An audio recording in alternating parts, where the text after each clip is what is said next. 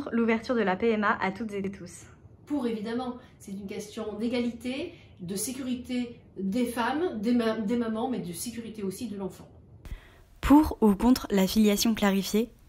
Pour, évidemment, aussi, il s'agit d'une question d'égalité. La reconnaissance anticipée du parent qui ne porte pas l'enfant est une mesure d'égalité entre tous les couples, qu'ils soient hétérosexuels ou homosexuels. Pour ou contre l'utilisation des embryons pour la recherche? Pour également.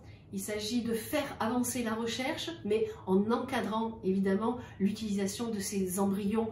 Et les lois bioéthiques permettent cet encadrement-là. Si on ne faisait pas de loi bioéthique, on pourrait faire ce qu'on veut après les embryons et on pourrait ça pourrait conduire à des dérives qu'on ne peut même pas imaginer. Que penser des états généraux réalisés en amont de l'examen du projet de loi?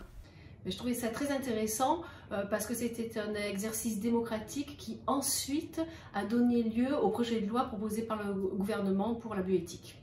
Quel bilan pour ce projet de loi? Globalement assez positif.